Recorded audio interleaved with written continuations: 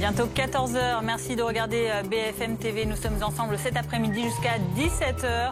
Bonjour à tous, bonjour Benjamin. Bonjour Fanny, bonjour à tous. Dans l'actualité de ce dimanche, un an après la disparition de Delphine Jubilard, une marche est organisée en hommage à cette mère de famille à Cagnac-les-Mines dans le Tarn. Justice et vérité sont les mots d'ordre. Des centaines de personnes sont attendues. Nous serons sur place dans un instant avec nos reporters Mathias Tesson et Mathias Sarez.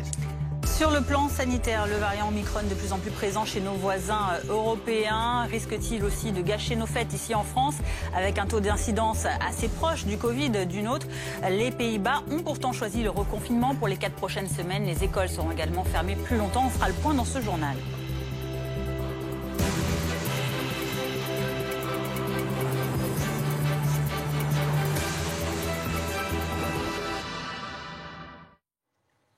Merci d'être avec nous sur BFM TV. Actualité consacrée largement ce dimanche à cette marche en hommage à Delphine Jubilard à Cagnac-les-Mines dans le Tarn. Cette infirmière de 33 ans a disparu il y a un peu plus d'un an maintenant, dans la nuit du 15 au 16 décembre 2020. Son corps n'a pas été retrouvé. Ses proches organisent cette marche pour que personne ne l'oublie. Nous serons sur place dans un instant avec nos reporters. Vous le voyez sur le terrain. On en parle également avec nos invités en plateau. Mathias Tesson, justement, on va vous retrouver sur place. Vous êtes actuellement au lac de Cagnac-les-Mines. C'est de là que va partir cette marche en ce début d'après-midi. Un hommage qui va être rythmé par plusieurs prises de parole et une minute de silence. Oui, absolument. Et déjà, quelques centaines de personnes sont présentes ici. Vous les apercevez juste derrière moi. Nous sommes à proximité de ce lac de Cagnac-les-Mines. Pourquoi ce lac? Eh bien, parce que Delphine Jubilard y avait ses habitudes. Elle aimait s'y promener avec ses enfants ou encore avec ses amis. Cette marche, eh bien, elle sera rythmée par des prises de parole, par de la musique. Pour ces quelques temps forts à prévoir, elle ne s'élancera pas tout de suite puisque, pour l'instant, eh bien, les organisatrices, ses amis, attendent que tout le monde puisse être rassemblés avant pour elle de prendre la parole. Plusieurs prises de parole sont prévues. Il y aura, je vous l'ai dit à l'instant, quelques musiques, des musiques qu'aimait et qu'appréciait beaucoup Delphine Jubilard. Et puis, une fois que tout cela se sera déroulé, cette marche, elle pourra s'élancer sur quelques kilomètres. Elle ne devrait pas durer plus d'une heure ou 2 heures. Et puis, elle se terminera, cette marche, devant le domicile de l'infirmière où une minute de silence sera respectée tout à l'heure. Merci beaucoup Mathias Tesson, donc à Cagnac-les-Mines dans le Tarn pour BFM TV avec Romain No. Nous accompagne en plateau Dominique Rizet, consultant police-justice de BFM TV. Bonjour Dominique. Jean-Alphonse Richard, journaliste, présentateur de l'heure du crime sur RTL. Merci beaucoup d'être avec nous. Bonjour. Et le général François Daoust. Bonjour. Merci d'être sur le plateau de BFM TV, ancien directeur de l'IRCGN et du pôle judiciaire de la gendarmerie, professeur de sciences criminelles à l'université de Cergy-Pontoise. Cette marche, Dominique, qui intervient alors qu'il y a eu un rebondissement important cette semaine dans cette affaire Jubilard, avec notamment la garde à vue de Séverine L, qui est l'actuelle compagne de Cédric Jubilard. Et tout cela est parti d'un ancien codétenu de Cédric Jubilard. Absolument. Un an exactement après la disparition de Delphine Jubilard, est entendue, placée en garde à vue, Séverine, la nouvelle compagne de Cédric Jubilard. Et en fait, elle est citée par un ancien codétenu. Donc, depuis le 18 juin dernier, Cédric Jubilard a été mis en examen pour homicide par conjoint, placé en détention. Et il est à l'isolement depuis, évidemment, en raison du caractère médiatique de cette affaire et de sa personnalité. Donc il est à l'isolement, et à l'isolement on peut quand même se parler, parce qu'à l'isolement il y a des gens qui sont chacun dans leur cellule, qui ne se croisent pas, mais qui la nuit peuvent se parler, par les fenêtres des cellules. Et il aurait dit à ce codétenu, sorti récemment, « J'ai enterré le corps de Delphine à tel endroit », assez précis. Il parle d'une ferme qui a brûlé à côté de Cagnac-les-Mines, il n'y en a pas 50. On y est arrivé assez rapidement, les gendarmes l'ont identifié assez rapidement. J'ai enterré le corps de Delphine. Est-ce que tu pourrais, quand tu sortiras, aller vérifier que le corps est toujours à cet endroit-là? Et si tu veux, demande à Séverine, ma nouvelle compagne, elle est au courant, je lui en ai parlé, elle sait où est le corps, prends contact avec elle. Donc c'est pour ça qu'elle a été placée en garde à vue. La garde à vue a permis d'établir déjà que Séverine et cet ancien codétenu de Cédric Jubilard avaient effectivement été en contact, s'étaient effectivement parlé, mais Séverine a été mise hors de cause et elle a expliqué aux enquêteurs que c'était des affabulations qu'elle ne savait pas où était le corps de Delphine Jubilard et qu'en tout cas, Cédric Jubilard ne lui avait jamais dit où il avait, si c'était lui, enterré le corps ou caché le corps de sa femme. Général Daoust, on l'a compris, le mystère reste entier dans cette affaire, parce qu'on n'a toujours pas retrouvé le corps de Delphine Jubilard. Ce sont essentiellement les gendarmes qui travaillent sur place. Comment est-ce qu'ils sont organisés, justement, notamment avec ces déclarations et pour enquêter sur le terrain? Alors, l'enquête se poursuit dans toutes les directions. Et toute déclaration, que ça soit rapportée, témoignée ou provenant du mise en examen, systématiquement sera vérifié. On ne peut pas passer à côté en disant c'est une affabulation, encore une de plus ou autre. Ils sont obligés de le faire, ne serait-ce que si jamais il y avait une once de vérité qui transparaissait et qui risquait d'être négligée. En particulier concernant cette ferme brûlée qu'a évoqué ce codétenu, qui avait pourtant déjà été visité par les gendarmes au début de l'affaire. Oui, tout à fait. Après la disparition. Exactement. Alors après, on a suffisamment de recul historique dans des affaires criminelles pour savoir que quelqu'un amène les enquêteurs à un endroit, ils le visitent, ils le fouillent, il n'y a rien, et puis quelque temps après, on ramène un corps à l'endroit qui a été fouillé, puisque de toute façon, on ne reviendra jamais sur cet endroit. Donc, que ce soit de la fabulation ou que ce soit de la manipulation, toujours est-il qu'on est obligé de le faire. Et puis, s'il focalise sur cette ferme, peut-être qu'il a vu de notre endroit, peut-être qu'il veut amener, qu'il détourne les feux, etc., etc. Donc, tout ça doit être vérifié. On ne peut pas passer à côté. Cette marche, elle est intitulée cet après-midi « Justice et vérité », donc en hommage à Delphine Jubilard. Des centaines de personnes qui sont attendues. Vous le voyez, ces images en direct donc, de Cagnac-les-Mines, au niveau du lac de la commune, avec beaucoup de proches qui aujourd'hui sont rassemblés. On va écouter justement l'une de ces proches de Delphine Jubilard. Écoutez. J'ai trouvé qu'il était bien de venir ici pour apporter un petit peu le soutien à toute cette famille, pour aussi qu'on arrive enfin à trouver une vérité à toute cette histoire-là et que la famille puisse retrouver leur mère, leur sœur, donc je pense que c'est très bien de participer, pour toute la cause des femmes d'ailleurs d'une manière générale là aussi, qui malheureusement disparaissent aussi. Et j'espère que cela va se terminer et que ça va se terminer bien et qu'on va enfin savoir la vérité. Voilà pour ce témoignage de l'une des participantes à cette marche en hommage à Delphine Jubilard, dont le corps n'a toujours pas été retrouvé. Jean-Alphonse Richard, d'ailleurs, c'est devenu une affaire absolument hors du commun, cette affaire Jubilard. Pourquoi ? Vous l'avez dit, il n'y a pas de corps, il n'y a pas d'aveu, il n'y a pas de traces. Et puis, c'est une affaire qui est compliquée pour les gendarmes, parce que dans une enquête criminelle, on appelle ça fermer les portes. C'est-à-dire qu'on va vérifier chaque fois une information, puis ensuite fermer la porte. Le problème dans cette histoire, c'est que on rouvre des portes qui ont déjà été fermées. Et on tourne en rond depuis quelques mois. C'est-à-dire qu'on va toujours revoir les mêmes personnes en espérant, et c'est ça le but en fait de mettre en garde à vue la compagne, on attend un mot, on entend juste un signe, un clin d'œil, etc. Le moindre détail qui pourrait faire basculer le dossier. On en est là aujourd'hui. Encore une fois, on est sur la ligne de crête. C'est très compliqué à gérer. Et ça peut basculer d'un côté ou d'un autre avec un Cédric Jubilard, si il est le coupable, si c'est lui qui a enlevé sa femme et qui l'a tuée, qui maintient un suspense incroyable et qui, avec les mots, simplement ces seuls mots, arrive à tenir en haleine toute une enquête. Ouais. Dominique, vous vouliez ajouter? Et sur la crédibilité de cet ancien codétenu de Cédric Jubilard, qui dit la ferme, l'endroit, qui donne des éléments. Selon nos confrères du Parisien qui sont vraiment bien renseignés sur ce dossier, qui ont une source sûre. Très en point. Donc eux disent que cet ancien codétenu raconte aussi que Cédric Jubilard lui a dit « Va chercher le corps de Delphine, je l'ai enterré là. Est-ce que tu pourrais le transporter à Montauban ?» Alors moi je connais pas très bien la géographie. Albi-Montauban ou Cagnac-les-Mines-Montauban, ça fait combien? J'ignore. Alors là, je pense. Ça fait quelques dizaines de kilomètres. Cinquantaine de kilomètres, je sais rien.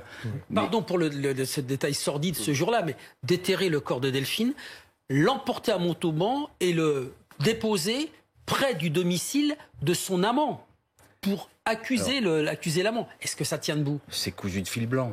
C'est cousu de fil blanc. Comment un Cédric Jubilard qui n'a pas craqué une seule fois, qui arrive à tenir le choc lors des gardes à vue, et c'est difficile de tenir le choc des gardes à vue, le général Daoust ne me démentira pas, il a jamais dit un mot, etc. Comment peut-il d'un seul coup raconter tout ça et mettre tout, et dévoiler finalement son plan machiavélique? Ça me paraît insensé.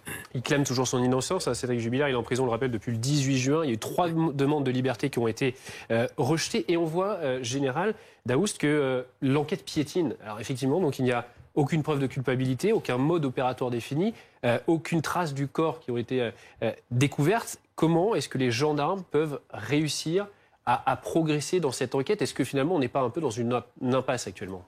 Alors l'impasse, je n'irai pas jusque-là. C'est une enquête difficile, comme tu le disais. On n'a pas de corps. Et à partir du moment où il n'y a pas de corps, donc on est sur un vide qui est de trouver les éléments qui vont permettre de corroborer qu'il y a bien eu une action criminelle sur une personne. Tout semble désigner Cédric Jubilard, avec derrière, on a quand même une présomption d'innocence qu'il ne faut pas négliger. C'est important de le rappeler, c'est très important. On a peut-être quelqu'un qui ne réagit pas psychologiquement comme il faudrait et qui n'est pas, je suis désolé de le dire, entre guillemets, qui n'est pas forcément sympathique dans son approche, mais qui, après tout, serait peut-être innocent.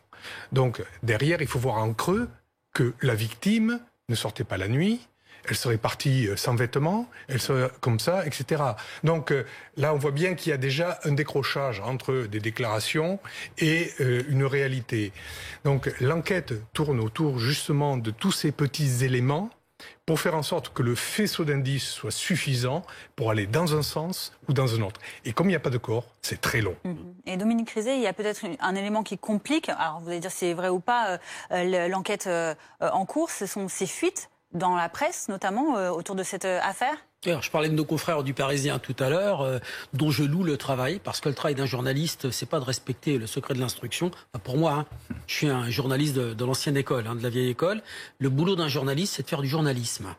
Voilà, la justice et le Parisien fait un boulot magnifique. Ils ont tout un tas d'infos.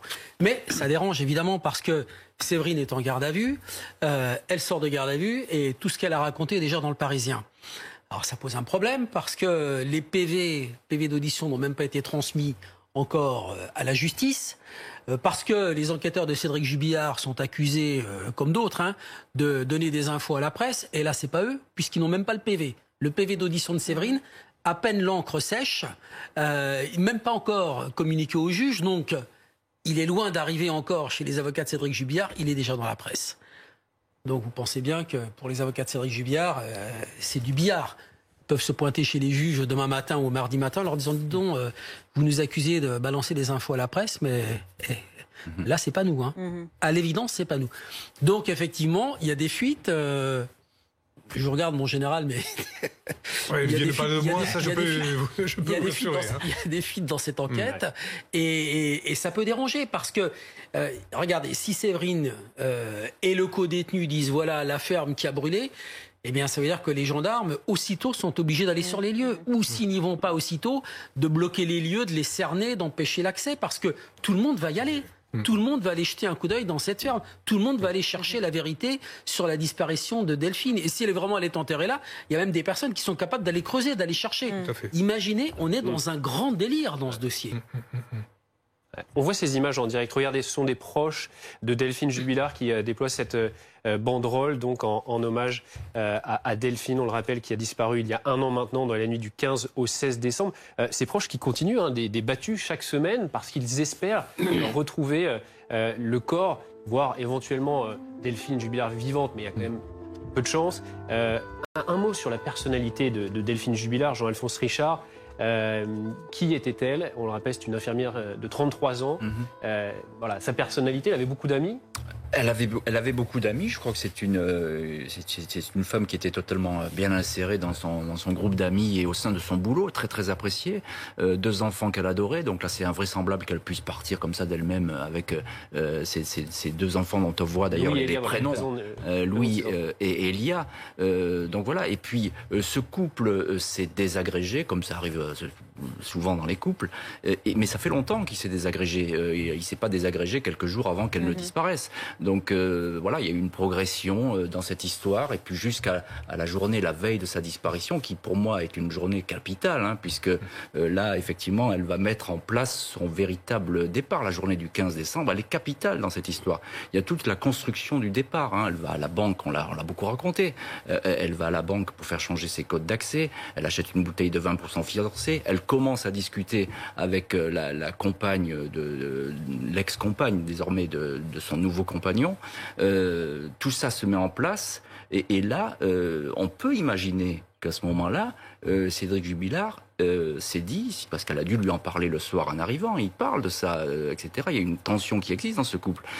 On peut imaginer que ce soir-là, Cédric Jubilard, il a compris que c'était grave et que finalement il allait la perdre. Parce que tant que la personne est au domicile, qu'elle s'occupe des enfants, etc., puisqu'elle lui reprochait souvent, et elle lui disait souvent qu'il ne s'occupait pas des enfants, tant que la personne est là, tout va bien. Mais le jour où on vous dit « je m'en vais », c'est pas la même chose. Et ce jour-là, elle lui a peut-être dit, cette fois, c'est fini, on va passer Noël ensemble, ce qu'elle a dit à des amis, et après, terminé. Et ça reste l'une des zones d'ombre de cette enquête qui est toujours en cours. On reprend la direction de Cagnac-les-Mines, où cette marche débute cet après-midi. Et dans quelques instants, Mathias Tesson, vous êtes auprès de ses proches, de Delphine Jubilard. Il va y avoir des prises de parole. Oui, absolument. Pour l'instant, ce sont des musiques qui sont diffusées, des musiques qu'appréciait énormément Delphine Jubilard. Vous l'avez vu sur les images, une banderole a été déployée avec écrit dessus « Justice et vérité » avec le prénom de Delphine, mais aussi celui de ses deux enfants, Louis et Elia. À l'issue de ces manifestations d'hommage, dans un deuxième temps, vous l'avez dit, des prises de parole auront lieu. Les amis de Delphine Jubilard prendront la parole. Et puis, dans un dernier temps, cette marche pourra s'élancer. Elle rejoindra le domicile de Delphine Jubilard. Une minute de silence sera à ce moment-là, aura lieu juste devant le domicile. Beaucoup d'émotions et beaucoup de dignité cet après-midi à Cagnac-les-Mines où nous nous trouvons pour cette marche, pour cet hommage à l'infirmière. Merci beaucoup Mathias Tesson, donc avec Romain No sur place, et nous allons suivre les prises de parole des proches dans quelques instants. Vous voyez toujours cette banderole en hommage donc à Delphine Jubilard, à ses deux enfants Louis et Elia. Justice et vérité, c'est l'intitulé de cette marche aujourd'hui donc à Cagnes-les-Mines dans le Tarn, donc cette marche en hommage à Delphine Jubilard qui était, on le rappelle, infirmière, qui a disparu il y a 1 an maintenant. Général Daoust, cette enquête est menée en grande partie, on le disait, par les gendarmes. Est-ce que c'est une enquête à charge, comme l'indiquent deux des avocats de Cédric Jubilard? Est-ce que vous répondez à ça? Je laisse les avocats dans leur rôle de la défense de leurs clients. Et il est bien évident que dans ce rôle-là, eh bien, plus on stigmatise les enquêteurs et plus on apporte aussi certains éléments. Donc, ils sont dans leur rôle. Non, l'enquête à charge, elle n'est pas plus à charge qu'une autre enquête. Elle est à charge et à décharge. On ne parle pas, et les avocats ne vous parlent pas, de toutes les pistes qui ont été explorées à côté et qui se sont refermées. Le nouveau compagnon, oui. La compagne de son nouveau compagnon, leur environnement. Là aussi, on est allé chercher. Est-ce qu'il y avait une vengeance de ce couple à trois, etc. Une des prises de parole, c'est Séverine, qui est une proche, une amie de Delphine Jubilard, qui prend la parole. Toutes les personnes qui l'aiment. Nous vous demanderons de respecter les gestes barrières et de porter le masque. Avant de commencer la marche, nous allons faire un petit rassemblement. Nos pensées s'envoleront pour Delphine, Louis et Elia. Nous partirons du lac et nous emprunterons une partie du chemin de Cap Découverte. Car c'est ici que Delphine aime se promener avec Louis et Elia. C'est ici aussi que la voyait rire, heureuse et profiter de ces moments avec Louis et Elia. Nous irons jusqu'au domicile de Delphine et nous observerons une minute de silence en soutien à Delphine, Louis et Elia. Après cette minute de silence, nous vous demanderons de vous disperser dans le calme, pour ne pas gêner la voie publique. Merci à tous.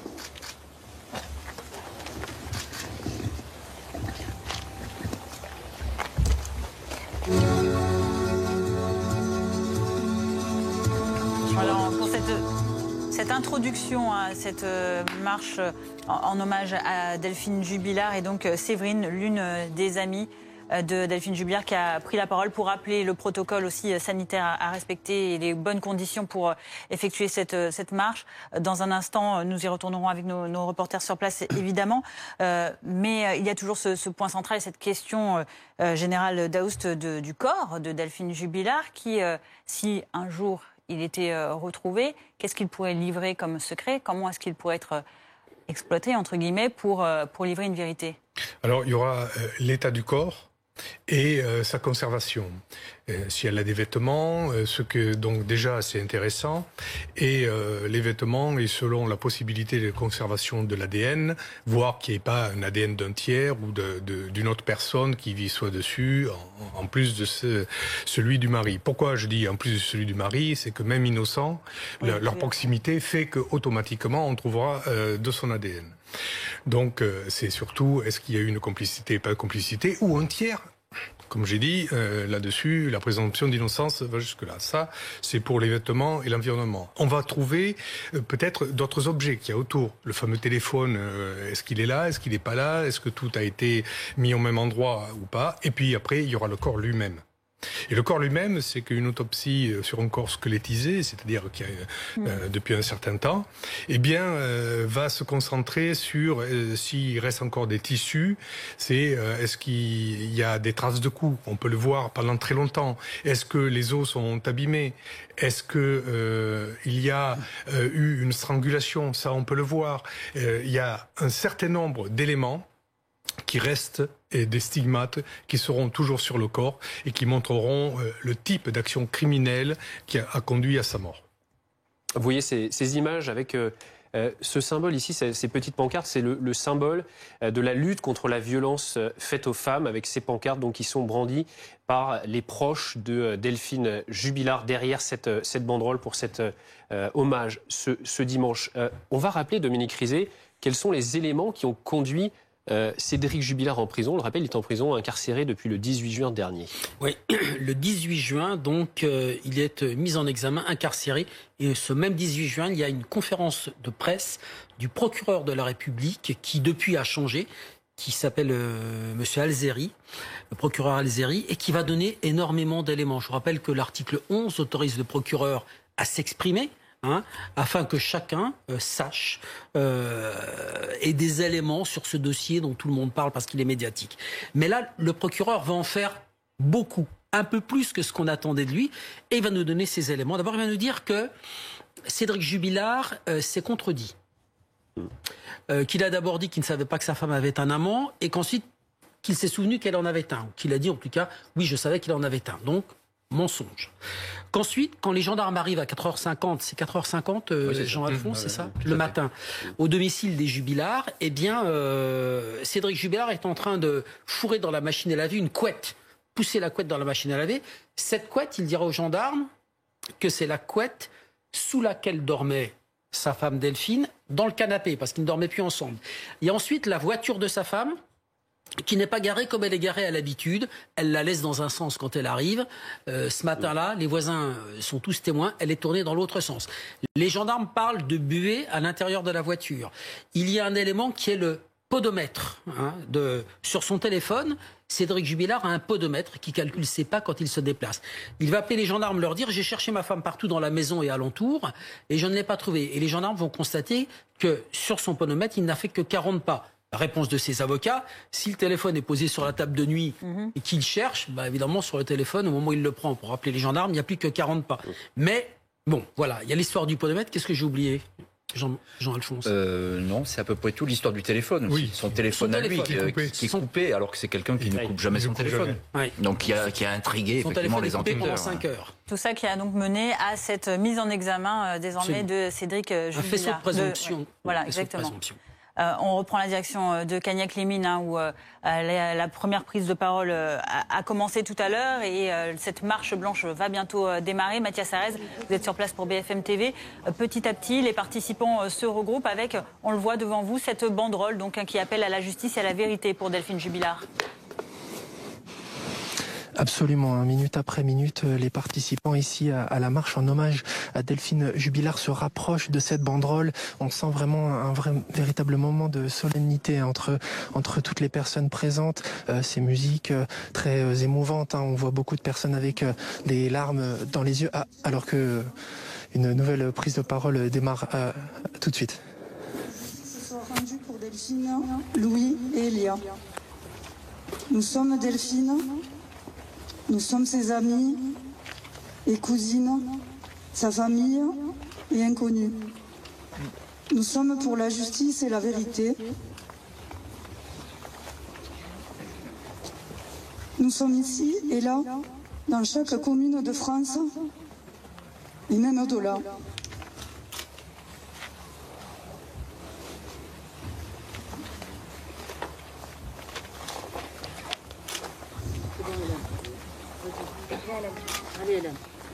Nous sommes Delphine parce que ce qui t'est arrivé aurait pu nous arriver et ne doit plus arriver. Nous sommes toutes avec toi, toutes ces femmes en couple, mariées, qui souhaitent divorcer, toutes celles qui ont peur, toutes celles qui n'osent pas. Nous sommes Delphine parce que nous sommes pour la justice et la vérité. Tes enfants, ta famille, tes proches méritent de connaître la vérité et que justice soit rendue. Merci aux forces de l'ordre qui ne lâchent rien. Merci pour leur soutien, leur détermination et leur dévouement. Merci à eux. Merci à tous ceux qui nous soutiennent de toute la France et hors France. Je suis Hélène, je suis Amy, je suis Séverine et nous sommes Delphine.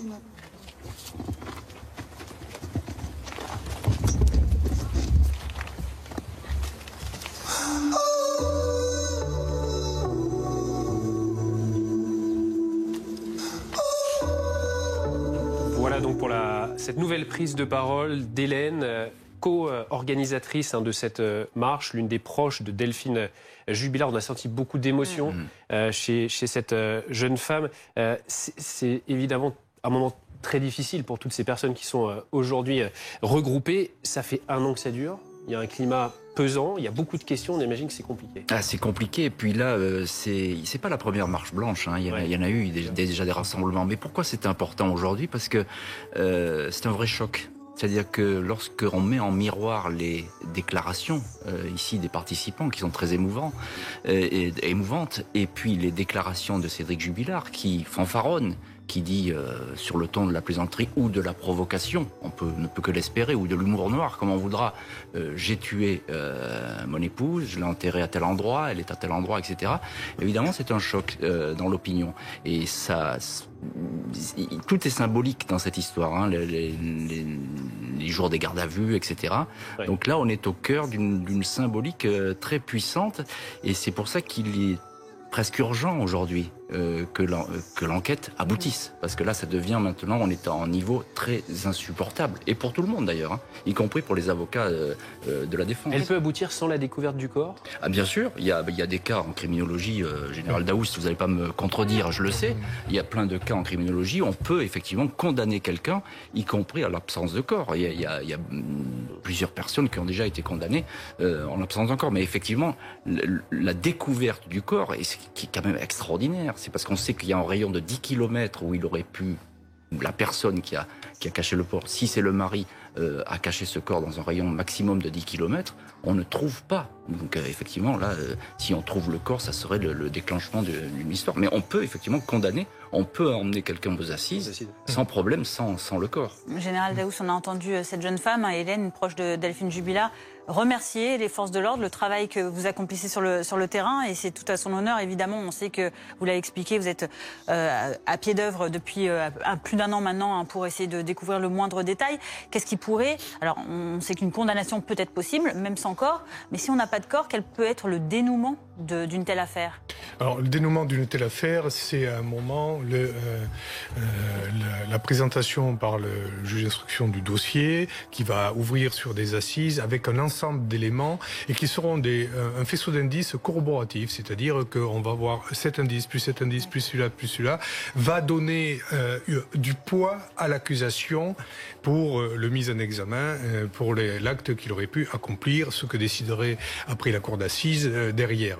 Donc toute la difficulté est là, c'est d'avoir suffisamment un faisceau étoffé avec des éléments. Et comme le disait Jean-Alphonse, eh bien parfois c'est le petit déclic qui va permettre d'avoir enfin l'élément qui va être déterminant pour être ce déclencheur. Et on pourra avoir un procès même s'il n'y a pas de... Là, on en est où justement de la somme d'indices que l'on a pour savoir à quel moment on sait que c'est suffisant? Voilà, mais c'est le juge d'instruction qui le décidera. Les deux juges d'instruction, quand elles clôtureront le dossier et demanderont son renvoi à la cour d'assises. Ce sont elles qui ont le... Dominique, ça a été une déception pour les enquêteurs, cette garde à vue qui finalement a débouché sur une remise en liberté de Séverine, la nouvelle compagne de Cédric Jubilard. On s'attendait à ce que le corps soit découvert à la suite de cette garde à vue. J'ai malheureusement, Benjamin, pas le contact direct avec les enquêteurs, mais pour avoir travaillé sur quelques affaires quand même, on imagine que les enquêteurs s'attendaient à autre chose. Si effectivement ce co-détenu leur a apporté des éléments qu'eux croyaient crédibles ou dont ils ont dû vérifier la crédibilité et qu'ils les amènent sur la piste de Séverine et que Séverine, voilà, ils ont dû être extrêmement déçus et les magistrats aussi qui font du boulot. Moi, j'ai envie de dire que dans cette affaire, ils n'ont pas de chance. On a l'impression qu'ils n'ont pas de chance. Il y a un camp retranché, un camp romain, dans lequel sont enfermés les deux magistrates. Il y en a une qui a une quarantaine d'années, l'autre une trentaine d'années. Une qui vient des affaires familiales, une autre qui est pas très expérimentée. Donc, ce sont les enquêteurs. Pardon Dominique, on va écouter Amy, qui est une proche de Delphine Jubilard, qui prend à son tour la parole. Autant pour moi. Donc cette situation, elle est inconcevable. Cette sensation de vide, cette douleur. Un cœur brisé pour des proches sans réponse. Deux enfants à qui on enlève leur maman. Combien de personnes disparaissent chaque année? Combien de familles n'ont pas la chance d'avoir les FDO qui ne lâchent pas? Et des personnes déterminées. Je crois que je vais prier. Hein. Non, c'est bon, c'est bon. Ah.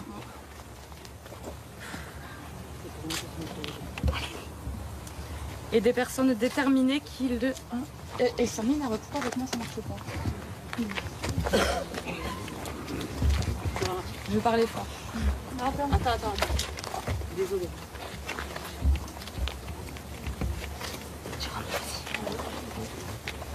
Ce que je disais, en attendant que ce micro arrive, il y a ces deux magistrates, qui ne sont pas des magistrates qui travaillent habituellement sur ce genre de dossier. Ça ne veut pas dire, je ne suis pas en train de dire, ce ne sont pas des bonnes magistrates, ce sont des magistrates qui bossent autant qu'elles peuvent avec des gendarmes qui leur apportent des éléments. D'ailleurs, les avocats de la défense disent, c'est l'enquête des gendarmes, mais pas l'enquête des juges.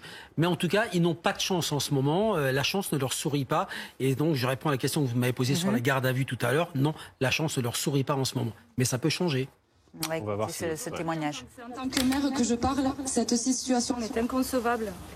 C'est incroyable. Cette sensation de vide, cette douleur, un cœur brisé pour des proches sans réponse. Continue. C'est pas grave, continue. Combien de personnes disparaissent chaque année? Combien de familles n'ont pas la chance d'avoir les FDO qui ne lâchent pas? Et des personnes déterminées pour les leur retrouver. J'admire les femmes qui ont le courage de se réinventer, qui préfèrent changer la donne. Ces mamans, ces femmes, ces battantes. Une femme donne la vie et sa propre vie ne peut pas être méprisée comme si elle n'avait aucune valeur. Quand est-ce que ce cauchemar va finir? Nous voulons la vérité. On n'a pas le droit d'enlever une maman à ses bébés. Briser le cœur de deux enfants comme ça, comment peut-on être indifférent? Leur vie s'est effondrée en une nuit. On ne peut pas rester insensible à la peine que ces deux petits endurent et endureront toute leur vie. Il faut que ces horreurs dites sur Delphes s'arrêtent. Il faut que celui qui a fait du mal parle. Il faut que les personnes qui n'osent pas s'expriment. Pour elle, mais au moins pour le petit, s'il vous plaît. Je refuse l'idée qu'on puisse ne pas la retrouver. Encore plus l'idée qu'on puisse l'oublier. Delphes mérite la vérité. Elle mérite une justice. Elle ne mérite pas de tomber dans l'oubli et elle ne le sera jamais aux yeux de ceux qui l'aiment. Nous continuerons de nous battre pour elles, Louis et Elia. Ils ont besoin de la vérité pour leur futur. Comment vont-ils se reconstruire sans savoir où est leur maman? Tu nous manques terriblement. Je donnerai tout pour te serrer dans nos bras. Les FDO se battent pour te retrouver. La France entière t'a dans son cœur. On te l'a promis, ma chérie, que vérité soit dite et que justice soit faite. Rendez-nous Delphes, on lâche rien.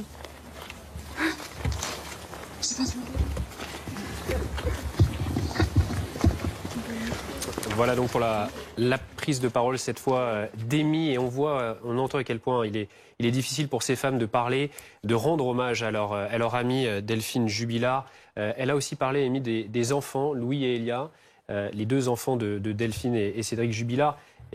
Elia qui avait notamment été entendu et qui avait donné un élément important. C'est Louis. C'est Louis. Louis, pardon. Louis, ouais. Qui a donné un élément important, qui avait fait part d'une dispute le soir de la disparition de sa maman. Oui, qui a été entendu et qui dit qu'il a entendu une dispute entre ses parents. Alors, après, il y a les histoires, les horaires. Vous savez, c'est aux alentours de 22h30, 22h50. Il entend ses parents se disputer. Mais je crois qu'il avait dit auparavant... Il y avait deux versions. Il avait dit auparavant qu'il n'avait rien entendu. Alors c'est un gamin, hein, donc quand il est entendu, d'ailleurs il est entendu avec 1000 précautions, avec selon une organisation spécifique à la gendarmerie. On n'entend pas de la même façon. Évidemment, pour entendre un mineur, donc qui pas dans une salle de garde à vue, etc. Et il a dit au début que tout se passait bien avec ses parents, puis il a été réentendu quelques semaines plus tard, et là il a dit qu'effectivement papa et maman ils se disputaient quoi, et que finalement maman allait quitter papa. Enfin voilà, donc ça c'est effectivement. Général, justement, comment est-ce qu'on prend en compte cette parole d'enfant? Excusez-moi, il dit simplement il n'y a pas eu de coup. C'est important quand même. Il n'y a pas eu de violence. Il n'a pas entendu de cris strident comme la voisine qui est à plus de 130 ou 150 mètres a entendu. Lui, il n'a rien Parce que peut-être juste avant il y a ce moment où l'enfant dit oui, je les ai entendus se disputer, et dans le créneau horaire que les gendarmes essaient de reconstituer, que l'enquête essaie de reconstituer, à 23h07, on le sait parce que une voisine et sa fille regardent la télévision, qu'à ce moment-là, c'est la coupure pub. Elles sont en train de regarder Retour vers le futur. Et donc, 23h07, il y a des cris stridents d'une femme à 130 mètres environ. Ça correspond à la distance de la maison. Donc, ces cris, très vraisemblablement, ce sont ceux de Delphine Jubilard. Est-ce que c'est son mari qui lui fait quelque chose? Est-ce que c'est quelqu'un d'autre? Elle est peut-être sortie de la maison. Le mari, il est peut-être en train de jouer au téléphone, à regarder, voilà. Et les aboiements des chiens aussi. Et l'aboiement des chiens, voilà. Alors on va revenir sur tous ces faisceaux d'indices et cette enquête qui progresse, et surtout sur cette marche qui a lieu aujourd'hui en honneur de Delphine Jubilard, disparue dans la nuit du 15 au 16 décembre 2020, il y a un peu plus d'un an maintenant, et dont les proches appellent aujourd'hui encore à la justice et à la vérité. On voit sur ces images cette banderole donc déployée après les premières prises de parole qui ont eu lieu. On se retrouve dans quelques minutes, à tout de suite.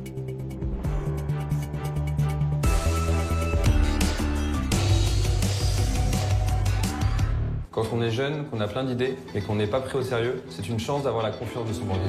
Très bien. Je m'appelle Maxime Buller, j'ai 28 ans et je suis le cofondateur de Pokawa avec Samuel Carré. C'est une chaîne de Pokéball, donc un mélange de poissons crus marinés avec du fruit et légumes. Merci. On avait 25 ans et on a commencé avec 2 petits restaurants qu'on a autofinancés. On n'a pas eu la chance au début d'être accompagné par une banque, jusqu'au jour où on a rencontré la Caisse d'épargne. C'est vrai qu'on a été les premiers à croire en vous. On a cru au concept, à son originalité et à son potentiel de développement. On a tout de suite mis en place un soutien quotidien via des échanges téléphoniques et un accompagnement financier. On a réussi à ouvrir 45 restaurants, dont plus d'une dizaine avec la Caisse d'épargne, à Paris et en province. Tous les restaurants sont équipés de solutions d'encaissement Caisse d'épargne. C'est un partenariat qui se renforce tous les jours. Nous, on est fiers d'avoir pu accompagner votre succès et d'avoir pu vous être utile dès le début. C'est aussi ça notre métier.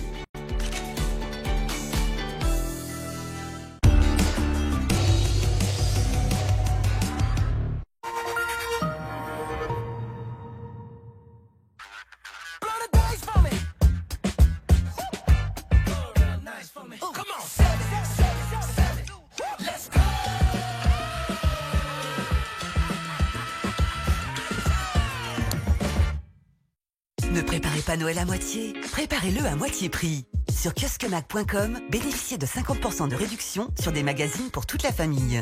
Offrez un abonnement dès maintenant et choisissez la date d'envoi du premier numéro. Abonnez-vous sur kiosquemac.com. Catastrophe naturelle, pandémie, urgence alimentaire. L'avenir des enfants est plus que jamais incertain. Dans le monde, des millions d'enfants sont exposés à des maladies mortelles pourtant évitables, comme la rougeole ou la polio. Depuis 75 ans, les équipes UNICEF agissent chaque jour sur le terrain pour les protéger. Un kit urgence, c'est 38 €. Aidez les enfants en danger. Ils ont besoin de vous. Faites un don maintenant en appelant le 0801 903 903 ou sur unicef.fr/avenir. Direct Assurance, bonjour. Mais vous trouvez ça normal de nous faire économiser 240 €? Mais c'est scandaleux, monsieur. Non, on va rester chez vous, c'est clair? Là, ils ont compris. Le seul risque avec une assurance qui vous fait économiser 240 €, c'est que vous l'aimiez.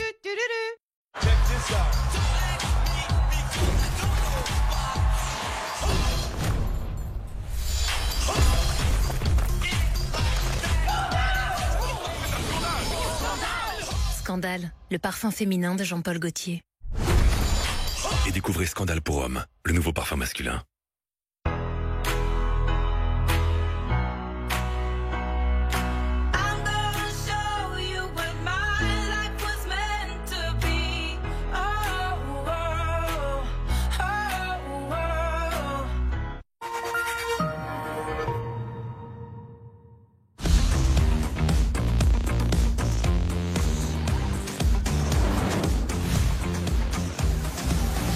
MateBook 14S, le nouveau PC Huawei.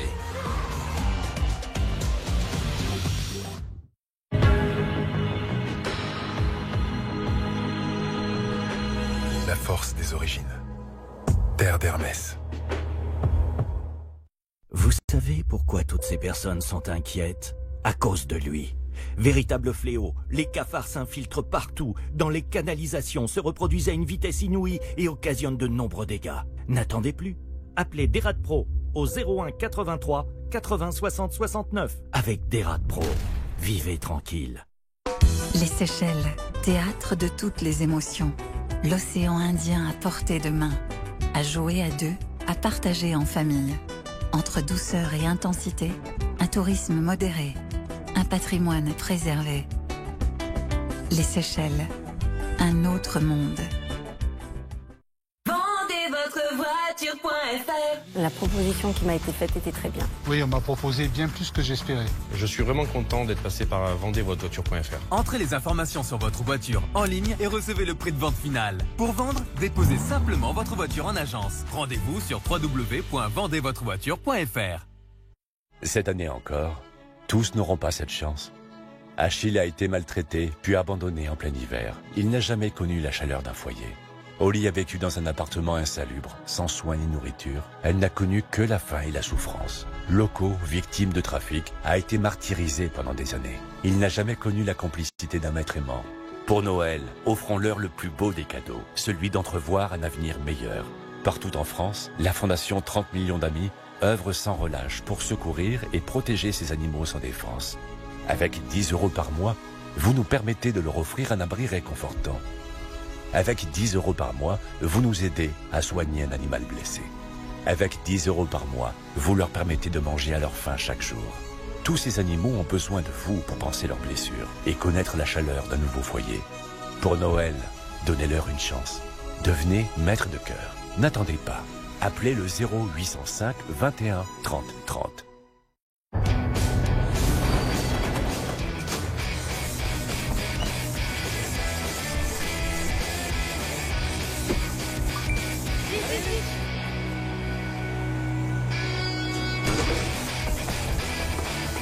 Rapide et sécurisé, Apple Pay, disponible au Crédit Agricole. Les maîtres torréfacteurs L'Or ont créé l'alliance parfaite d'arômes incomparables. Des cafés en grains au goût unique. Pour un plaisir intense. Découvrez les cafés en grains L'Or.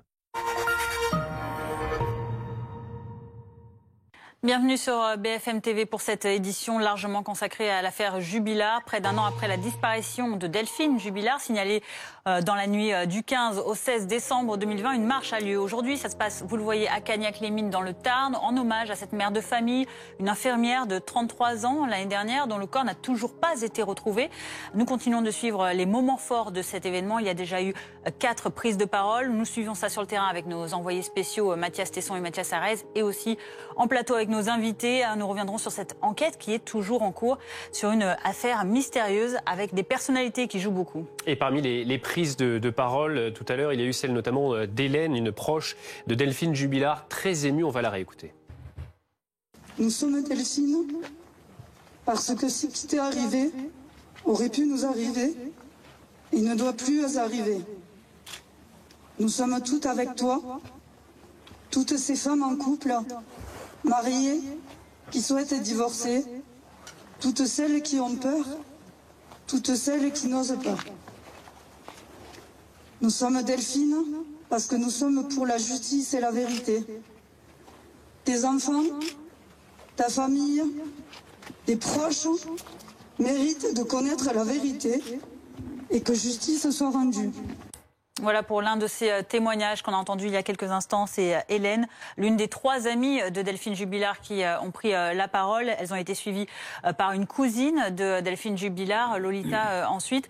Mathias Arez, vous êtes sur place pour BFM TV, devant cet emplacement du lac de Cagnac-les-Mines, avec beaucoup de personnes mobilisées pour demander justice et vérité et pour retrouver Delphine. Absolument, hein. Ça fait bientôt 1 heure maintenant que quelques centaines de personnes se sont amassées ici aux abords du lac. Vous savez, cet endroit qu'appréciait tout particulièrement Delphine, où elle venait se balader avec ses enfants. Des hommages qui se sont enchaînés, des prises de parole, vous l'avez dit, des proches, des amis, certains membres de la famille. Cette cousine Lolita qui a parlé, elle était très émue il y a quelques instants seulement. On est en train d'écouter à l'instant une chanson qui plaisait beaucoup à Delphine avant un départ d'ici quelques minutes pour cette marche, une marche qui n'est pas une marche blanche, on tient à le préciser ici, on parle d'une marche en hommage à Delphine Jubilard et qui rejoindra donc le domicile des époux Jubilard à quelques kilomètres seulement d'ici. Merci beaucoup Mathias Arez, donc à Cagnac-les-Mines, avant le départ de cette marche dans quelques instants, avec ces quelques notes de musique, cette musique qui aimait donc particulièrement Delphine Jubilard.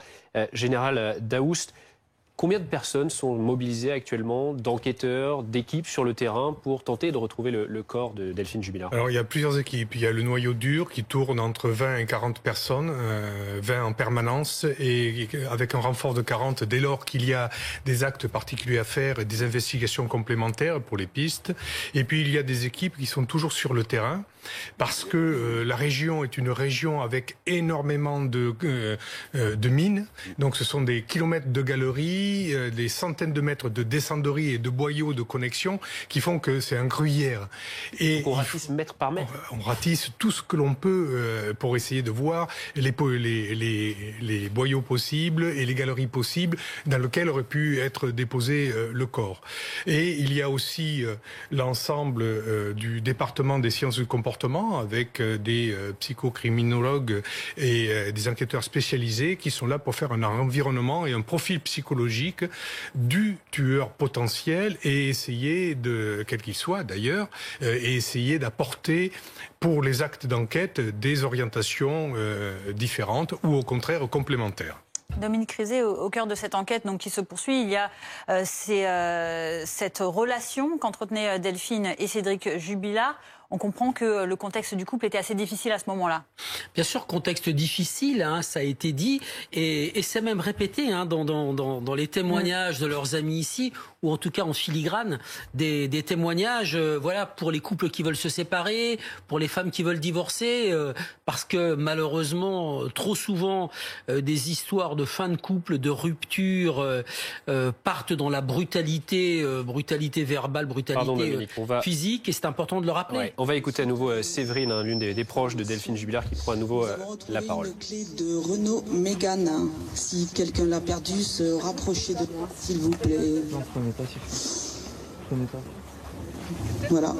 Merci à tous. Un petit peu technique à propos d'une voiture qui gêne peut-être. En tout cas, rien à voir avec l'hommage en lui-même, Dominique. Pour poursuivre, donc c'est vrai que c'était un couple qui était en rupture et que ce soir-là, s'est passé quelque chose, encore pour l'instant, qui nous échappe parce qu'on n'a pas cette version. Donc Jean-Alphonse l'a très bien dit tout à l'heure. Qu'est-ce qui se passe au moment où lui apprend? Qu'est-ce qui se passe dans cette fameuse journée du 15 où il apprend qu'elle va le quitter, où il réalise que c'est en train d'arriver, c'est imminent. Elle va s'en aller, elle va prendre ses affaires, elle va partir, même si ils vont encore se retrouver peut-être pour Noël. Mais c'est la fin d'un couple. Et bon, je me répète, mais c'est important de le dire et de le redire. Des histoires qui se terminent comme ça, il y en a tellement. C'est tellement malheureusement fréquent. Et ça arrive même dans des couples où des violences ont été signalées, où des maris ont des bracelets anti-rapprochement, où des femmes ont des bracelets anti-rapprochement, et ça fonctionne pas. Ça s'est passé, je vous le rappelle, comme dans le nord de Paris il y a pas très longtemps, une femme qui a été tuée, qui rentrait de son travail, qui quittait sa boutique boulevard Sébastopol, qui rentre chez elle, le mari était signalé violent, il sortait de prison et il a réussi à la tuer. Pour le moment, Cédric Jubilard est toujours présumé innocent, il est mis en examen et il est en prison. Jean-Alphonse Richard, la désignation du coupable, cette constitution d'un coupable, ça va se passer éventuellement aux assises, hein, on en parlait alors là, on n'est pas là, tout à l'heure, on en est loin encore pour l'instant, hein, évidemment. Bien sûr, on est encore très loin et il n'y a pas de timing pour une enquête, hein, il faut le savoir, ça peut durer des mois ou des années. Si on devait en arriver là à un moment donné, comment est-ce que ça se passe là-bas, vous qui avez assisté à beaucoup de procès? C'est très simple, les juges décident du renvoi de la personne devant une cour d'assises, et une cour d'assises, il faut savoir que c'est extrêmement particulier et spécial, c'est pas un tribunal correctionnel, hein. Une cour d'assises, c'est une véritable pièce de théâtre qui va se jouer, donc chacun a son rôle bien particulier, et la personnalité de l'accusé joue à fond dans un procès d'assises. Vous êtes sous les yeux des avocats, évidemment, des magistrats qui sont là, le président et ses deux assesseurs, mais également des jurés qui vous regardent en permanence. Donc Cédric Jubilard, avec sa personnalité très entière, on peut le dire comme ça, quelqu'un qui ne lâche rien, qui a une espèce de morgue, on le dit même parfois désagréable, ou même hautain ou provocateur, c'est pas du tout le genre de client, entre guillemets, qui plaît dans une cour d'assises. Donc là, je pense qu'il va être briefé par ses avocats qui sont brillants. Et il a un trio d'avocats qui sont excellents. Donc ça va se jouer beaucoup sur la personnalité si le dossier est en l'état. C'est-à-dire si on n'a pas d'ici là découvert le corps et si on est encore une fois dans la construction d'un suspect et peut-être la construction d'un coupable. Hein, parce que là, pour l'instant, on est dans une construction intellectuelle. On dit, il a pu se passer ça, etc. Mais il n'y a pas de preuves. Voilà. Procès d'assises qui peuvent avoir lieu, vous le disiez tout à l'heure, même si le corps n'a pas été retrouvé. Général Daoust, par rapport à toute votre expérience, par rapport aux nombreuses affaires que vous avez connues, est-ce que vous avez le sentiment qu'un dénouement de cette affaire est proche ou pas? Alors là, c'est très difficile, pardon, comme question, je suis désolé. Oui, là, vous avez une question qui est très intéressante, à laquelle j'adorerais pouvoir répondre en disant oui, mais hélas, non, on ne sait pas. Et comme le disait Jean-Alphonse, les éléments qu'il y a dans le dossier ne sont pas encore suffisants. La preuve est que les juges d'instruction n'ont toujours pas renvoyé devant une cour d'assises. Il peut être libéré si jamais on en reste là, on n'avance pas plus dans l'enquête? Alors après, à un moment, la loi fait qu'on ne peut pas garder vitam aeternam quelqu'un en détention préventive. Donc il y aura des délais qui font que si l'enquête devait durer très longtemps, il serait remis en liberté conditionnelle, bien sûr. En tout cas, pour l'instant, la justice ne veut pas le laisser sortir. On vous rappelle que ses avocats, vous l'avez dit tout à l'heure, Benjamin, ont fait 3 demandes de mise en liberté. La dernière, c'était mardi, la semaine dernière, il y a 15 jours, qui a été refusée. Donc, 3 demandes rejetées. Vraiment, la justice ne veut pas le laisser sortir. Hein. Après, on a vu des personnes qui sortaient de prison et puis qui restaient quand même accusées et qui comparaissaient libres à l'audience, aux assises, et qui, le premier soir des assises, vont dormir en prison. Et qui restent libres. On va se retrouver dans un instant, justement, pour développer tous ces aspects de l'enquête qui se poursuit évidemment suite à la disparition il y a un peu plus d'un an jour pour jour de Delphine Jubilard. Une marche est aujourd'hui organisée en son honneur. Ça se passe à Cagnac-les-Mines. Nous retournerons avec nos équipes sur place dans notre journal de 15h. À tout de suite.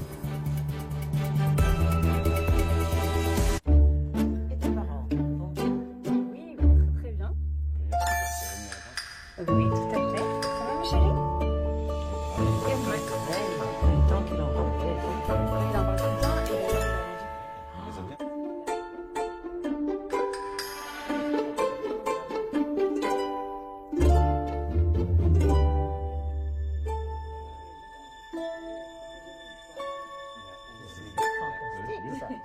et plein de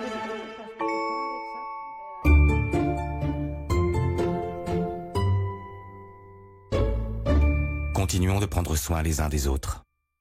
Pour les fêtes, restons prudents.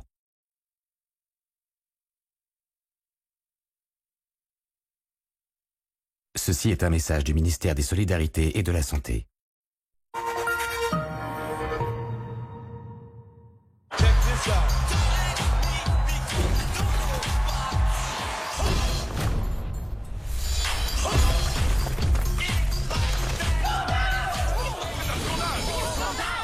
Scandale, le parfum féminin de Jean-Paul Gaultier. Et découvrez Scandale pour hommes, le nouveau parfum masculin. Il est temps.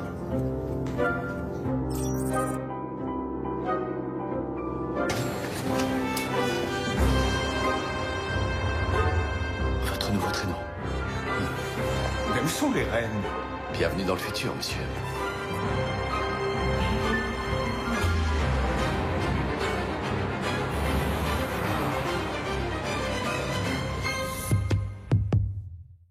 Et avec le Yoga Slim 7 de Lenovo, vous pouvez streamer vos sports préférés grâce au processeur AMD Ryzen.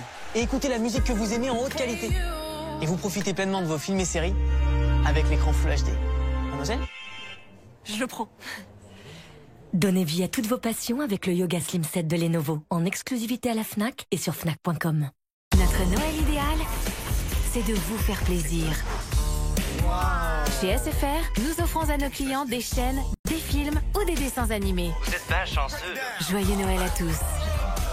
SFR, enjoy.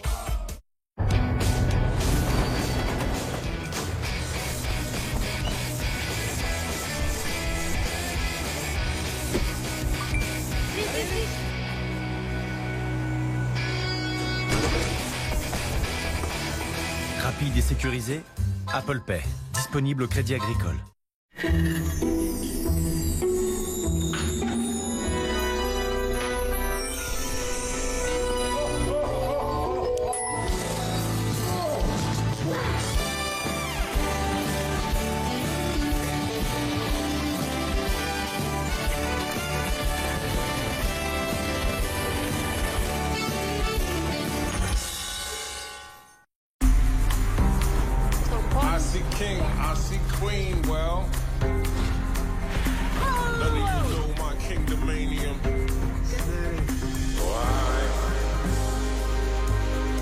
Renault Clio E-Tech hybride, le nouveau chapitre d'une grande histoire. Renault Clio, prête à partir, existe aussi en version essence à partir de 129 € par mois, avec 4 ans d'entretien, garantie et assistance inclus. Autohéros, c'est le site pour acheter une voiture d'occasion en ligne. Nous vendons seulement des voitures provenant de notre propre inventaire. Elles sont toutes révisées et entièrement remises à neuf par nos experts. Avec Autohéros, c'est plutôt simple d'acheter sa prochaine voiture. En plus, vous bénéficiez d'une garantie d'1 an. Trouvez la vôtre maintenant sur Autohéros.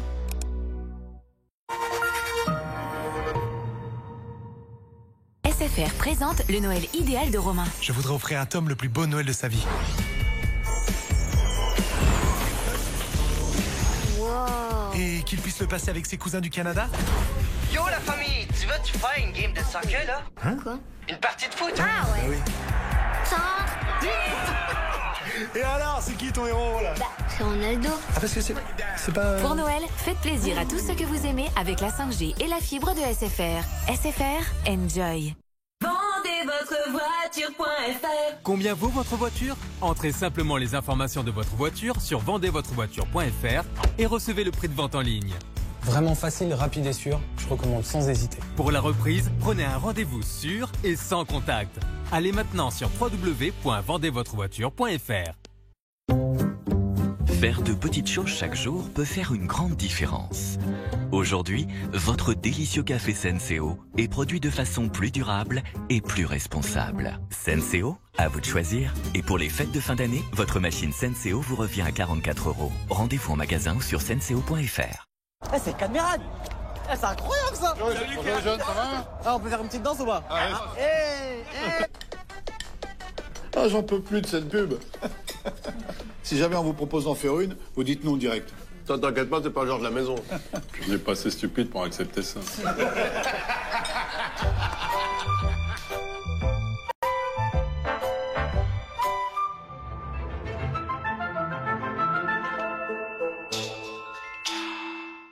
Chérie, on joue au grand loto de Noël?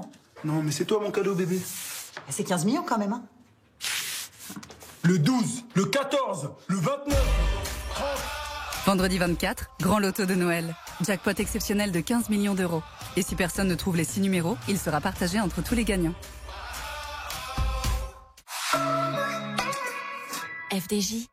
Avec Perco, votre dos ne craint plus les papas tu portes ou Roméo 52 kg. Grâce à leur tenseur, les secondes peaux de Perco redressent votre dos, renforcent vos muscles et soulagent vos douleurs pour enfin revivre pleinement. Perco, libérez votre dos. Commandez sur perco.com. Dispositif médical. Changer est bien une nécessité, mais changer ne signifie pas renoncer. Alors, ne renoncez pas à la technologie, à la beauté, à l'ouverture sur le monde. Ne vous contentez pas de changer. Ouvrez de nouveaux horizons. Nouvelle 500 3+1 avec sa Magic d'or. Déjà plus de 70% de Fiat 500 vendus en électrique. Alors pourquoi pas vous? Profitez des essais 48 heures en concession pour à votre tour inspirer le changement.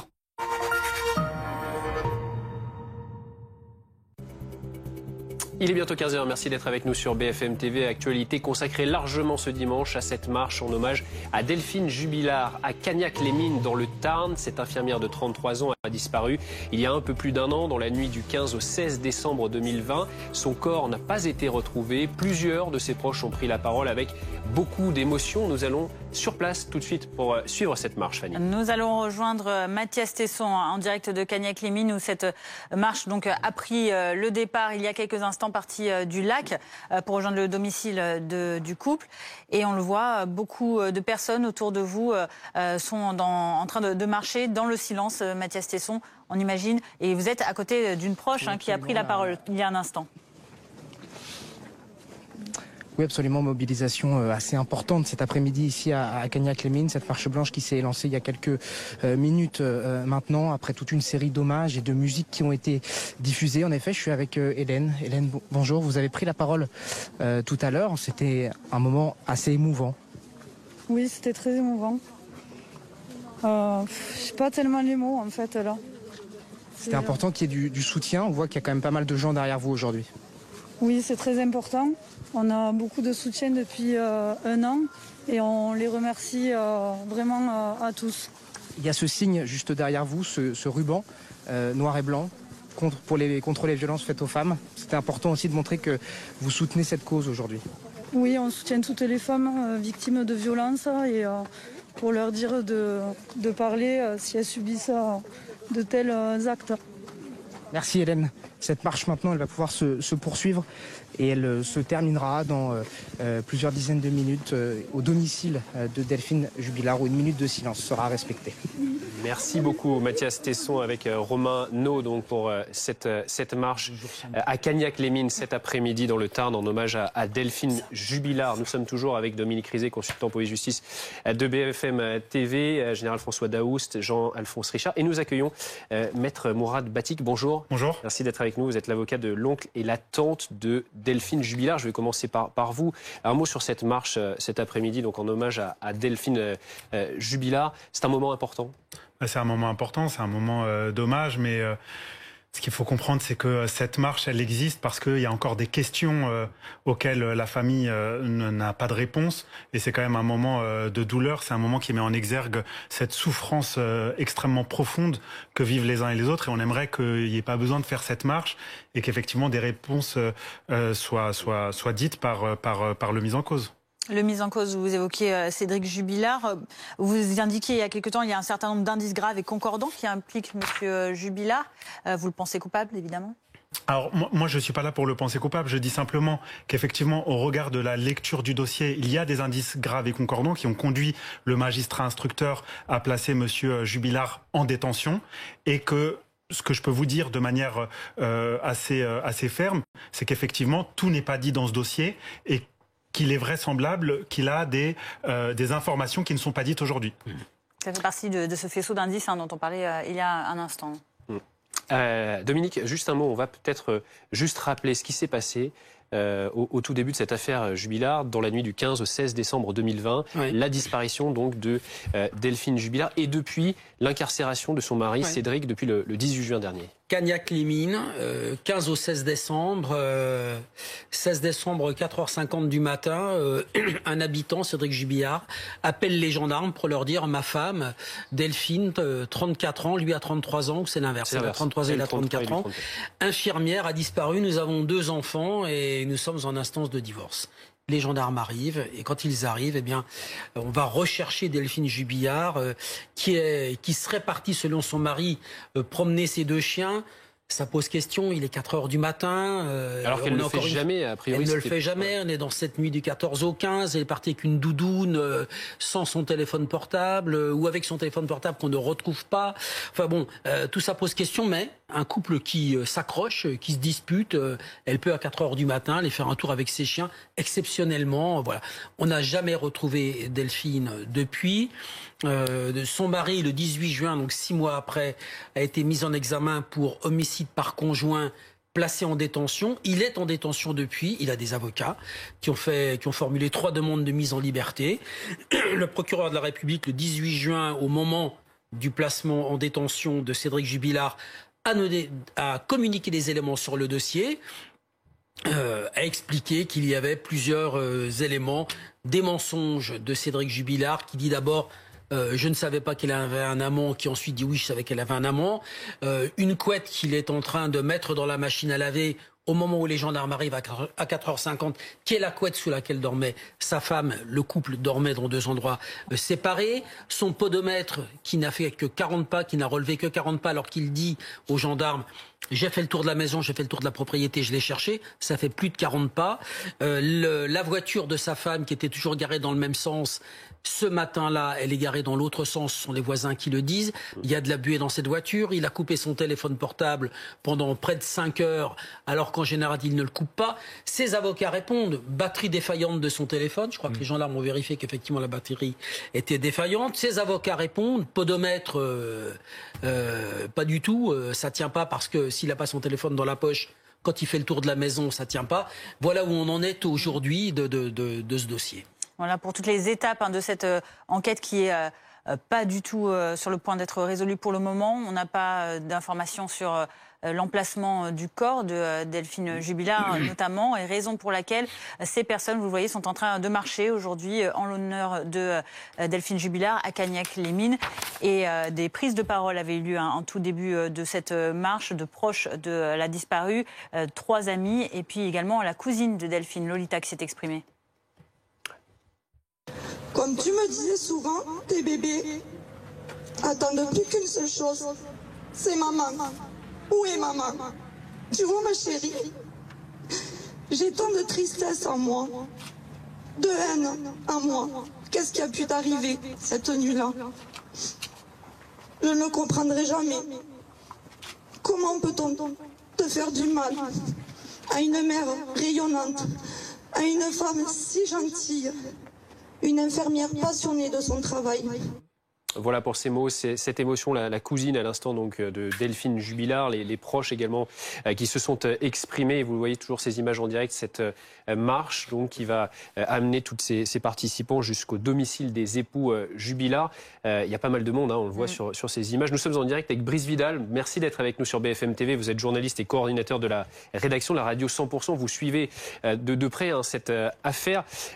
C'est une affaire hors norme, hors du commun, puisqu'il n'y a, on le disait, aucune preuve de culpabilité, aucun mode opératoire défini, pas de corps retrouvé, et est-ce qu'on peut le dire peut-être finalement une enquête qui piétine ? Alors ça, c'est assez difficile de l'affirmer. L'enquête, en tout cas, elle continue. Il y a, à mon sens, encore des actes d'enquête auxquels il va falloir procéder dans les semaines, voire les mois qui viennent. Ce qui est intéressant de constater cette semaine, c'est qu'à la suite de la garde à vue de Séverine, la nouvelle compagne de Cédric Jubilard, et suite aux informations qui ont un petit peu circulé après cette garde à vue, je vous rappelle que Séverine a été remise en liberté sans qu'aucune charge ne soit retenue contre elle, c'est que ces dernières heures, Notamment, on voit fleurir des messages sur les groupes Facebook qui soutenaient un petit peu Cédric Jubilard, qui soutenaient la nécessaire présomption d'innocence. Eh bien, on sent qu'il y a un petit peu un revirement dans ces groupes-là. Si on regarde, on voit que finalement, eh bien, les soutiens de Cédric Jubilard sont de moins en moins nombreux sur les réseaux sociaux. Quid de Séverine également? Est-ce qu'il va y avoir aussi une forme de revirement de sa part, puisqu'on a appris que Cédric Jubilard aurait, on va maintenir le conditionnel, aurait dit à un voisin de cellule d'aller vérifier l'emplacement du lieu d'inhumation, si vous voulez, de Séverine et de Delphine, et Séverine aurait été mêlée à cette recherche. Donc on voit quand même qu'il y a un petit revirement du côté des soutiens. Alors est-ce que c'est finalement cette séquence de cette semaine une stratégie peut-être aussi des gendarmes d'isoler un petit peu plus Cédric Jubilard, qui apparaissait quand même qui apparaît comme le suspect numéro 1, mais un suspect contre lequel il n'y a aucune charge solide pour le moment. Voilà. Est-ce qu'il y a une stratégie d'isolement? En tout cas, on sent qu'il y a un vrai revirement ces dernières heures après la séquence de cette semaine à la garde à vue de Séverine. Merci Brice Vidal. Vous restez avec nous. On reprend la direction de Cagnac-les-Mines pour retrouver nos reporters sur place.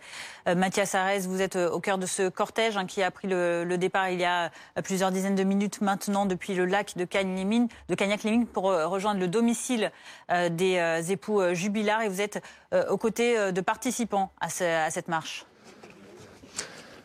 Oui, tout à fait. Il me semble qu'à l'antenne, Hélène, l'une des amies de Delphine, évoquait que ce rassemblement rassemble bien au-delà des proches et de la famille. Bien, c'est le cas puisque je suis avec Priscilla, qui est une habitante de Saint-Juéry, non loin d'ici. Bonjour, Priscilla.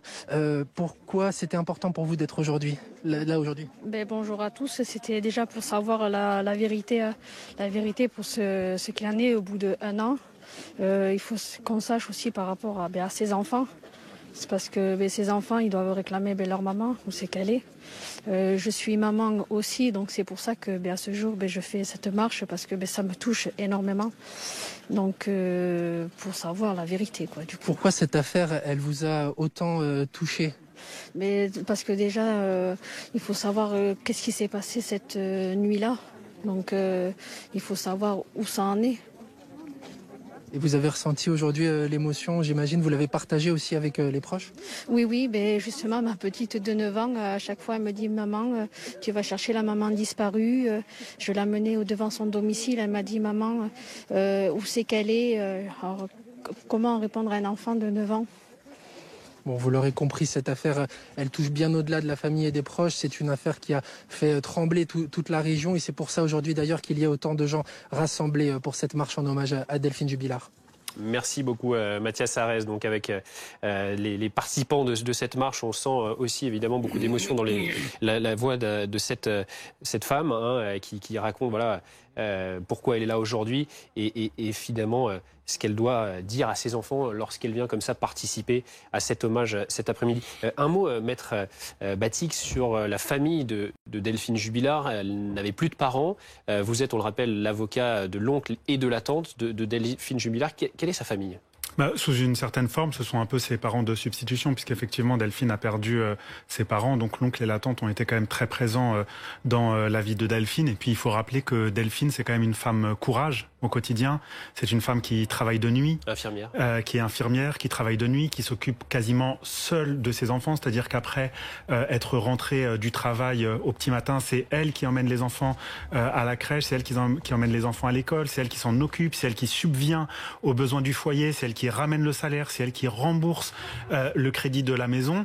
Et donc, si vous voulez, de l'autre côté, on a Cédric Jubilard qui, lui, pour le coup, ne travaille pas, qui ne subvient pas aux besoins de la maison. Et donc, ça crée des crispations dans le couple qui est enfermé dans un espèce de cercle vicieux, puisqu'on a une maman courage, une femme courage qui travaille, qui subvient aux besoins de la famille, du foyer, qui s'occupe des enfants. Et de l'autre côté, on a un papa, un mari absent.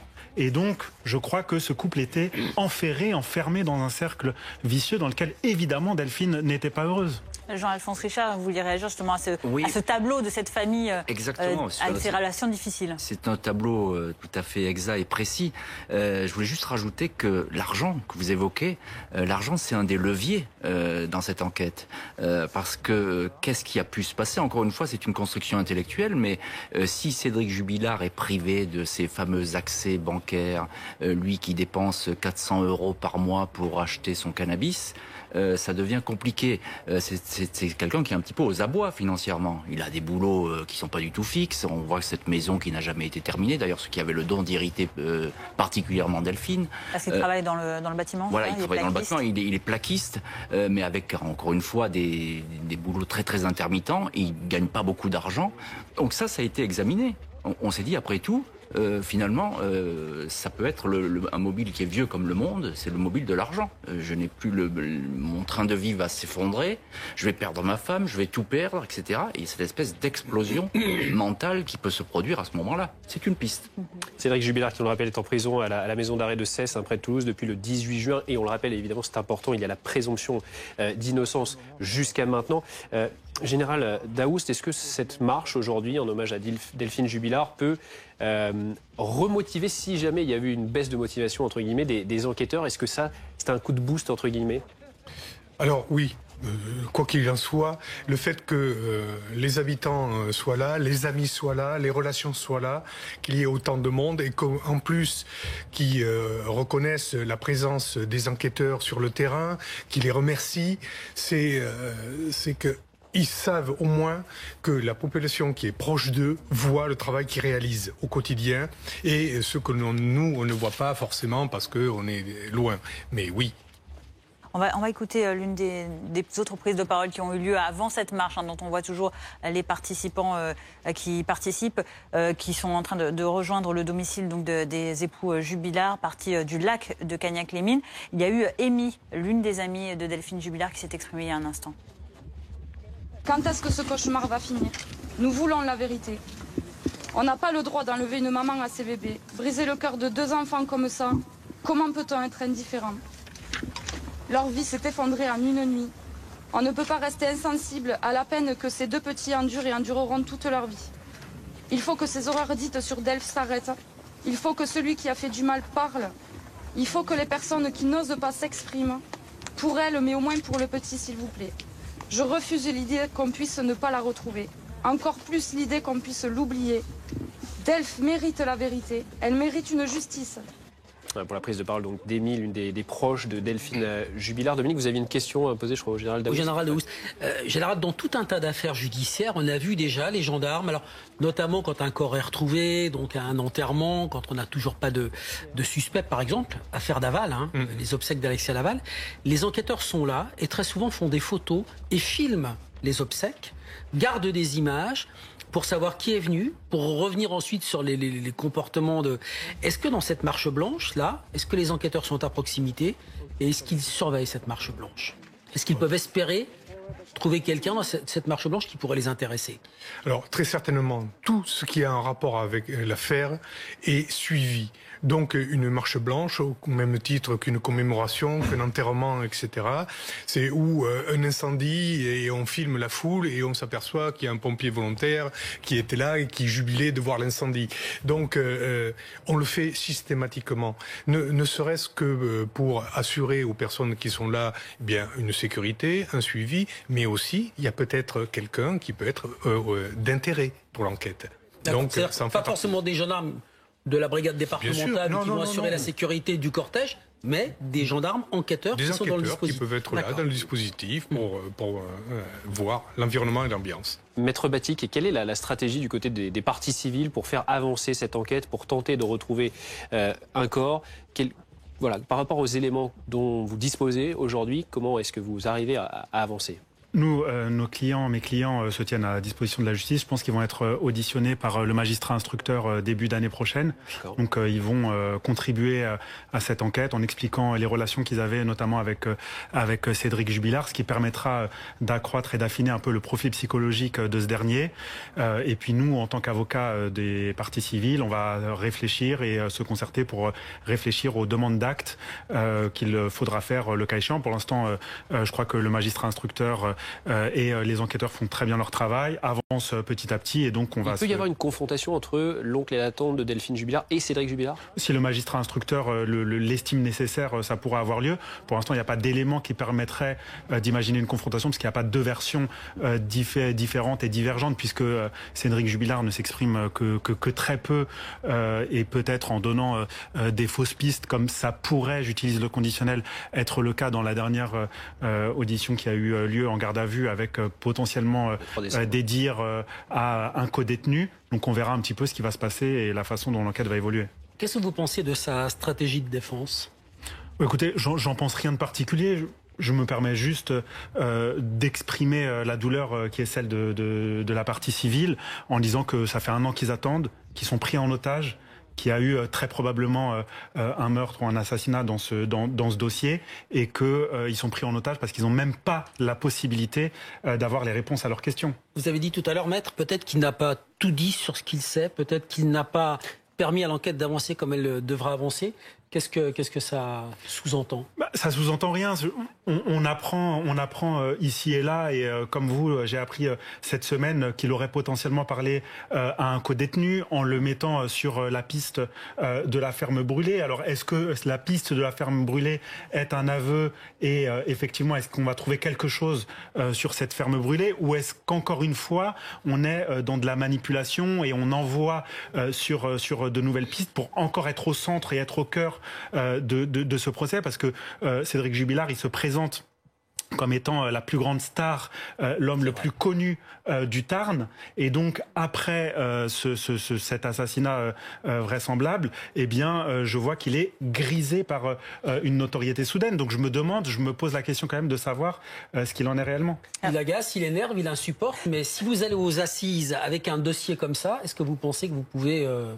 obtenir quelque chose? Pour l'instant, on n'est pas du tout encore arrivé au stade d'assises. Je vous rappelle qu'une instruction, c'est très long. C'est 18 mois en règle générale et ça peut les excéder dans les dossiers un peu spéciaux comme c'est le cas en l'espèce. Donc on n'y est pas encore. Et puis d'ici le moment des assises, il y aura peut-être un corps qui sera retrouvé, de l'ADN, des aveux, qui sait, d'autres éléments qui permettront d'arriver aux assises différemment du dossier qu'on a aujourd'hui. Alors, à distance, c'est toujours avec nous Brice Vidal, journaliste et coordinateur de la rédaction de la radio 100%. Les journalistes qui jouent aussi un rôle important dans cette enquête. Vous êtes sur place, vous suiviez les faits au jour le jour depuis plus d'1 an maintenant. Quels sont les éléments sur lesquels votre rédaction s'oriente au fur et à mesure des déclarations que vous entendez, notamment avec ces dernières révélations après la garde à vue de Séverine L, la nouvelle compagne de Cédric Jubilard?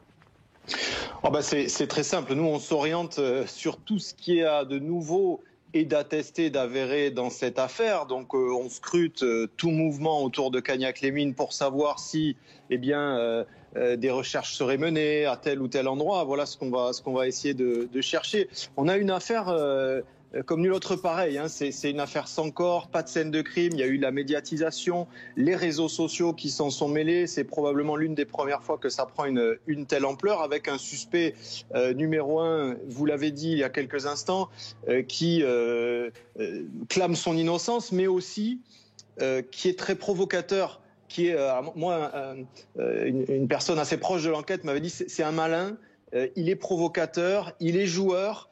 Effectivement, on a affaire quand même on est un peu scié quand on écoute les derniers développements. C'est-à-dire que s'il est coupable et qu'il résiste à la détention, que va-t-il dire à ce détenu affirmer que Delphine est enterrée à tel endroit? S'il est innocent, c'est quand même un comportement... qui est déroutant, si vous voulez. Donc, on a quand même... rien ne nous étonne, finalement. Plus rien ne nous étonne dans cette affaire au fur et à mesure des derniers développements.